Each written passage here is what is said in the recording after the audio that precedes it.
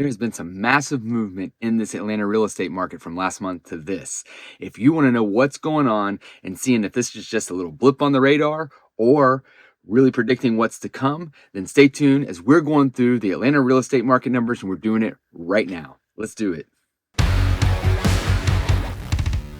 What's up, everybody? My name is Jonathan McCoy, Keller Realty, Chattahoochee North.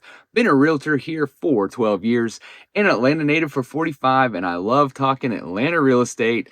And today we're talking the numbers. I'm bringing you the latest numbers for this month in the Atlanta real estate market. Now, for all those out there that watch all these gloom and doom people time and time again on YouTube saying stuff's crashing and all that stuff, well, they got a number that I'm going to show you today that will give them a little backing to their thoughts. However, is that really what's to come or not? Well, we're going to talk about it. As if you're watching this video for the first time, you don't know me, or if you follow my videos and keep updates with the videos I drop on the Atlanta real estate market in different cities around Metro Atlanta, then you know I keep it real here. I tell you exactly what I'm seeing out there as I'm out and about and what the numbers are showing. So without further ado, let's jump into these numbers and let's see what's going on in this Atlanta market. All right, so we're going to start with this one right here. This is home sales versus mortgage rates in the Atlanta real estate market for single family detached homes. And as we can see, the red here are just the number of home sales that's going on, and the blue is where mortgage rates are going. And as you can see, obviously there's a correlation between home selling and where mortgage rates are. As these mortgage rates have gone up, right, then the number of homes sold went down. So you can see massive number of homes being sold. 2011, we had that massive drop in rates hitting the bottom at 2.65%. Crazy. I wish we had those now. And rates went up all the way to 7.76%. And we see low numbers in terms of number of homes sold. Since January of 2023 to now, we're looking at, look at this bottom here. It's kind of stayed pretty steady as these rates have stayed higher. Right now, coming into today, I think we're in the really high sixes when it comes to rates. And of course, it depends on your credit score and what type of loan you're getting in the product. All these factors come in to rates. But right now, we're coming in a little bit under 7.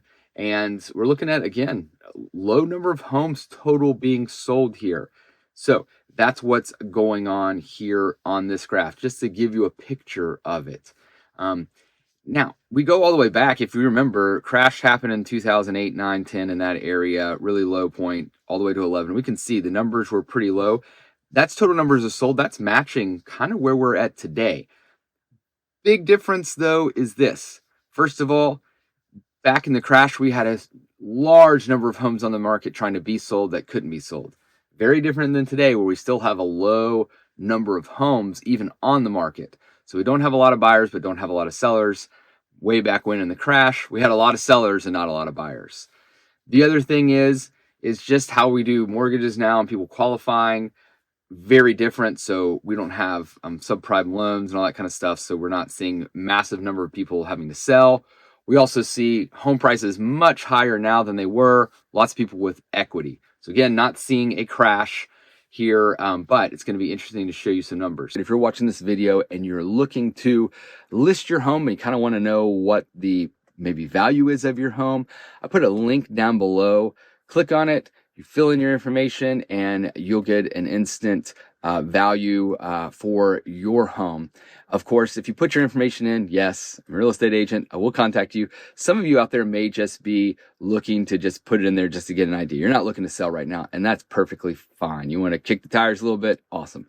If you are looking to sell within the next year or so or less, when I contact you, I'd love to talk with you more, get over to your home, take a look at it, give you a more accurate idea of what your home could sell for. But that is below. Again, not going to bug you, but I will contact you if you do put your information in below. Like I said, keeping it real here. So again, that link's below. Let's continue on. I'm going to move to this here, this massive chart here that's overwhelming, I know, but I'll try to break it down as best I can. So this chart is just breaking down the industry by price range in the Metro Atlanta market, as you can see here on the left. And then all these kind of categories as we go through on the right. We've got new listings, active, and under contract. New means they just came on the market. So we're in February right now, but the numbers we just got are from January. So new active listings, we had 4,608 new listings come on the market total for single family homes in January. The total active number of listings, these are ones that are not under contract, 9,495. And the under contract or pending homes are 3,495. That's a 26.9% pending ratio. That number is a pretty low drop from where we have been month over month. But again, we're now coming out of the holiday season. As February and March come in, we start to see the spring. We'll see this market start to increase. The question is, by how much? Closed sales for this past month was 2,090, and the median sales price coming in at 430,000. Sales to list price ratio down to 95.8%. So sellers aren't getting as much on for the median as what they're looking for, and buyers have some negotiating power over these last months. I've said in the videos prior that if you're looking to buy a home, yeah, there's slimmer pickings when it comes to the November, December, January months. However, you typically have more negotiating power because homes stay in the market longer because there's just less people trying to purchase during the holiday season. And so thus you get this median sales price ratio. Median days on market, 55 days. So we're definitely staying longer on market. And then 4.5 months of inventory total. We can see the inventory broken down here. It's good to know that 1.5 and over, this is in now a balanced market for 1.5 to 2, I should say. And then 2 million over, we're in a seller or a buyer's market here. So we're in a buyer's market, we're high inventory. Seller's market still below that, but we can see 1 to 1.5 starting to creep up to that 6-month range. And a lot of higher numbers here. Surprising that from 200 to 300, we're at over 5 months of inventory here. Typically, this is a place where you would see some buyers trying to snatch up homes because of the lower value there. And our lowest inventory is at 4 to 500,000. So right in that sweet spot of where our median sales price is, which is not surprising. Let's see, anything else stick out here? Over here, if you're wondering what this is, these are PR's price reduction versus not price reduction. So it's just giving you an idea if you're listing a home, if you have to reduce price, kind of where the median falls for how much your home, the price is reduced on median and how many days on market. So not price reduction, you can see if you're putting your homes at the right price, you're getting exactly what you're asking for most price ranges or pretty close in that 99% or higher from, what is that, all the way up to $1 million down. When you have to price reduce, you can see you're having to price reduce some pretty massive amounts when it comes to the median. We're talking the highest, the best case scenario, we're at 93.5%. So you're talking about decent price reductions when it comes to if you've overpriced your home. Days on market, if the home's priced right, 17 days on market, you have to price reduce, 104 days on market median. So all those can factor in to when you're buying and selling. This can also be helpful for buyers too. If you're coming in, seeing a home sitting on the market for a while, you can probably guess that, it's overpriced. Okay. Next chart here. We are looking at, again, lots of numbers here, but this is a breakdown of month over month for the entire 1 year. So you actually all go back all the way to January 2024. So we're looking at this and you can see, things you'll see here: seasonality, number of listings coming up, actives, number of under contract. We can see high points here in these spring and summer months, low points in these winter months in the holiday season. Not surprising here. Same thing with closed. If you're under contract, more closing in these summer months than the winter months. Look at the supply of months of inventory, and here's where this number just pops out on you. So last month we were at 2.8 months of inventory and then jumped to 4.5 months of inventory. That's a large jump. Okay. Big jump in inventory here is interesting. Now, we had a surprising drop in inventory in December. It's not typically what you see. Typically, we'd have been at like 3.3, 3.6 here. That would have been like 3.8 or 4. For whatever reason, all right, we had a big drop here and then we popped back up here. Now, we did have rates come down in the mid 6s for about 3 weeks in October time. So it could be that impacted this. People got under contract and then finally closed in December. That could be a reason why. But then we jump back up. If this stayed on the normal trend, this would typically been about 3.84 months. So it wasn't be as massive of a jump from 4 to 4.5. But since we had that all of a sudden explosion of buyers during this month, then we see this jump. Maybe it's not as surprising, but it's definitely something to keep an eye on here, from going from 2.8 months to 4.5 months of inventory.